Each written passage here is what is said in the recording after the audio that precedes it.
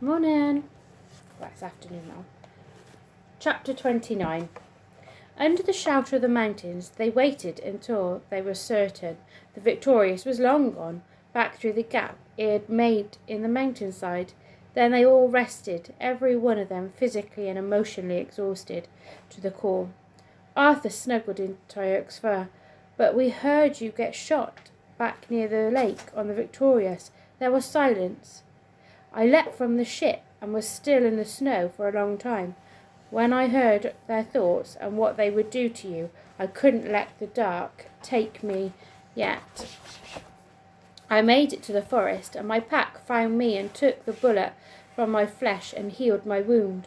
Then Starlock returned with the others, and we heard the death skyship destroying the mountain to make their path. The hawk Perintha led the way, and we followed to find you." "Thank you, Tyrek." Exhausted, the four travellers lay in the warm fur of the thought wolves. Perintha was beside Arthur. He stroked her head. "So you flew to find the thought wolves and lend them to us. You were a brilliant bird. Dad would be so proud," he whispered. Arthur looked over at Maudie and the others, their bodies soon rising and falling with every slow sleeping breath. As he closed his eyes, Arthur tried to forget Endora's triumph earlier on. He made it out alive, he reminded himself, and that was no doubt a greater victory. Later, Felicity made sweet tea, which was like nectar and revived them with every sip, washing the fatigue and awfulness little by little from their bodies and minds. Even the thought wolves tried some and agreed there was almost magical quality to this strange drink from afar. It felt good not to be racing any more, although the stab of failure and losing the evidence was a feeling Arthur knew he would never lose. The truth was now inside him, and it went some way to filling the hole. He felt a great weight had lifted from his shoulders. When they felt ready to embark on the journey back, Arthur and Maudie visited the ice cave where their father lay. The tunnel had partially collapsed due to vibrations from the explosion, but they were as close as they could get. Harriet and Felicity left them there alone for a moment to say goodbye while they readied themselves for the journey over the mountain. "Dad, we didn't understand what you were trying to tell us by sending Perintha with the locket, but we know now," said Arthur. "We came for you and we made it all the way to South Polaris." "It wasn't quite as we'd hoped it would be, I'm afraid," Maudie said. "There won't be any reward and we'll have to find a way to make our own way in Longtown. But we know we can do it." Arthur looked sideways at Maudie and smiled. "Because we did what we came to do. We found the truth. And we did lots of cool stuff on the way. We crossed the second continent and we met kings and we even crossed the biggest ocean on the planet, only to survive sabotage. We'll let you guess who was behind that. And we crashed over the everlasting forest, but every crew member lived. We met the thought wolves and found out how to be friends with them. They saved us. Perintha was amazing, and all the way Harry and Felicity..." They both fell silent for a moment. "They've been beside us every step," Maudie began. "I mean, they've really been there for us. Like family?" The twins looked at each other and smiled. "We're going to be fine, Dad," said Maudie. "And we're going to make you proud. Even if we have no evidence left to prove what Endora Vane did, we're going to rebuild the Brightstorm name, somehow."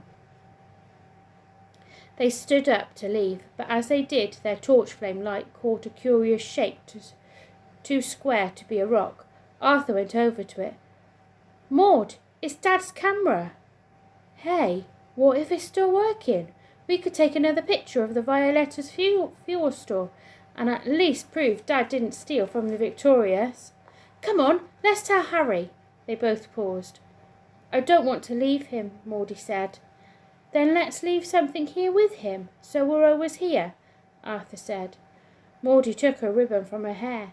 Then Arthur remembered the page from the volcanic island to the north. It had been in his arm all this time. He could get another copy back in Longtown.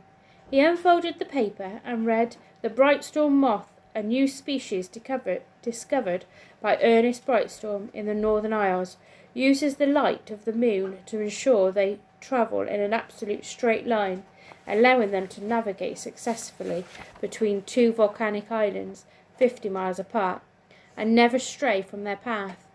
Together they tied it around a rock using Maudie's ribbon, their two hands working as one. They found the Thought Wolves with Harriet and Felicity on the mountainside, ready to depart. The aurora rippled faintly across the great beautiful plain of South Polaris, dancing in its glorious colours. "There's a sight I'll never forget," Felicity said with a sigh. "I could murder that woman for destroying my camera," Harriet huffed. Arthur smiled and handed out his father's camera. "We found it in the tunnel close to him. Is there a chance it still works?" Harriet examined it. "There's still film in there. It's a bit battered, but it's worth a try. Maudie and I thought we could retake the photographic evidence from the Violetta on the way back to show the fuel supplies were empty." "That's a brilliant idea," Harriet smiled. "But first I think we should capture this moment." Then she carefully arranged the camera on a rock, and Maudie helped her set an automatic timer. They posed for a picture with the Thought Wolves, with the Great Plain and Southern Aurora behind. "Well, there's a picture we may at least be able to make good money with in Longtown, and perhaps we can take a few more of the mountains on the way back to sell to the Geographical Society," said Harriet. It'll certainly be a memory picture, that's for sure." Felicity sat on the rock and looked around one last time. "I must say, this is the first time my feet have felt rested in over a moon cycle." They all laughed. "Ready?" Harriet said. They nodded and climbed on their Thought Wolves. Arthur felt comforted. Tyrek's fur was as soft and warm as Dad's arms around him. After 2 days travelling through the sacred mountains, they carefully made their treacherous journey back over the frozen lake, then to the Violetta, where they retook the pictures of the empty fuel stores, and finally back into the forest. In another 2 days, the small clearing where the Aurora had crashed came into view, but there was no sign of the crew, only a few old scraps of the ship. "Where in all of the wide have they vanished to?" Felicity said.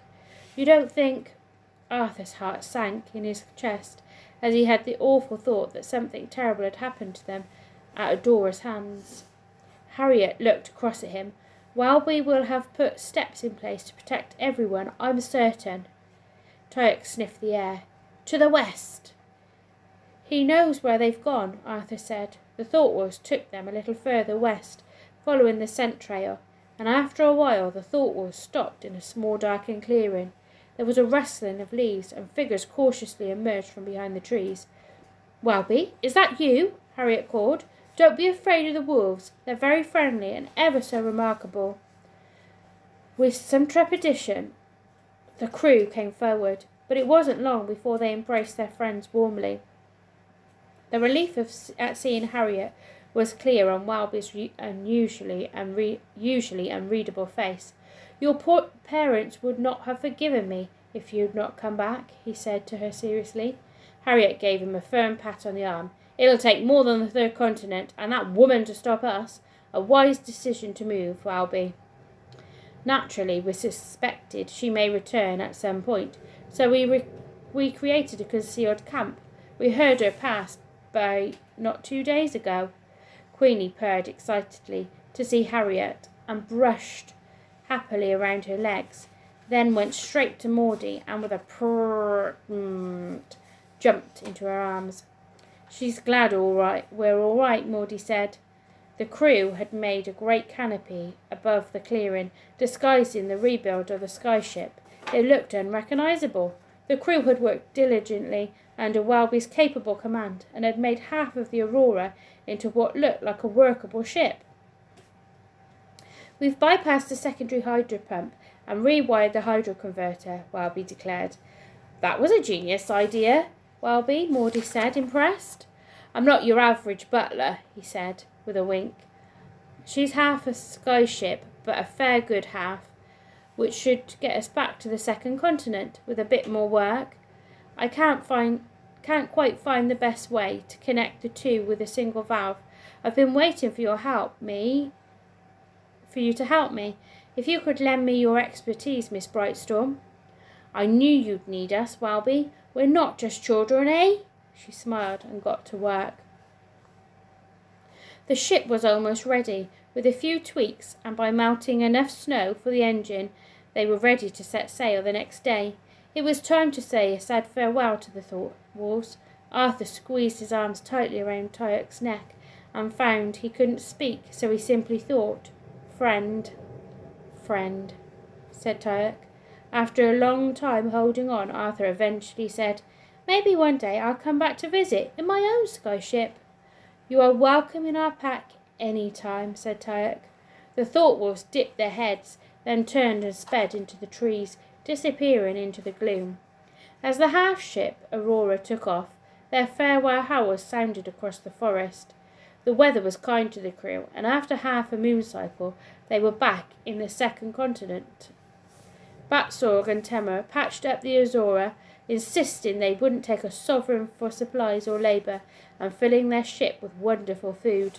After several more weeks, they reached the Caldum Sea, and were very soon flying over the first continent's green fields. It was mid-morning break. Harriet steadied the wheel while everyone else lounged on the deck eating spiced egg-free buns, which Felicity had named home buns to celebrate their return. Arthur leant over the side of the ship, viewing the farms below. Through the uniscope, farmers sowing seeds and cows lazing in the fields. "It's funny, it's as though nothing had changed down there, yet everything has changed up here." "I know what you mean," said Maudie, although he wasn't entirely sure she did. He could still see the Maudie-shaped hole there in Lontaine waiting to be filled in the future at Lontaine University. But for him it felt like the end, not the start. "Are you all right?" Maudie said. He nodded. "Never better." Maudie put her arm around him and hugged him tight. He wrapped his arm as far as he could around her as he could. "You could have more hug in one arm than Eudora has in her little finger," Maudie said. "But I still can't believe we're half vain." Arthur stuck out his tongue and pulled a face. "Yes, I vote we don't mention it again. I don't think Auntie Eudora has the best ring to it." They laughed. Felicity came over, taking a couple of marsh cakes from her pocket, and passed them one each. Harriet handed over the watch of the wheel to Welby and joined them. So you never did tell me how you need for a remarkable iron arm came about in the first place." "The truth is, even though Maudie's stories are far more exciting, I was just born like this." Harriet smiled. "You know, we've got a real talent for problem solving and seeking out the truth, and they're important skills for any explorer." It felt good to hear her say that. "I thought we'd lost our future when we lost Dad, because we were going to do these things together, the three of us, as a family. Control is an illusion. We never know what life will throw at us. You are the master of your destiny, Arthur, and you can still do those things. Your father is still with you inside." Harriet smiled and lingered, as though she was contemplating something. "I wanted to ask you both a question," she said eventually. They looked at her curiously. "I know I failed us all by not winning the sovereigns, but I have some savings which will be paid to the crew and yourselves. It's not a patch on what we could have had, but it will compensate everyone fairly for what they've put in. And I wondered, that is, if you'd like to, if you would come and live at number 4 Archangel Street when we get back. The house will only be half the size it used to be, at least for a while, mind you. But there will be no need for you to go back to that vile place in the slums. And if the Beggins have anything to say about it, I'll soon set 'em right. Felicity has agreed to stay on as cook. Welby can be a bit grumpy, but he's all right, really. And I can't promise I'm the easiest to live with on account that I can't sit still for more than a few minutes. But yes, they both jumped in. We'd like it more than anything." Okay, last chapter soon. Bye.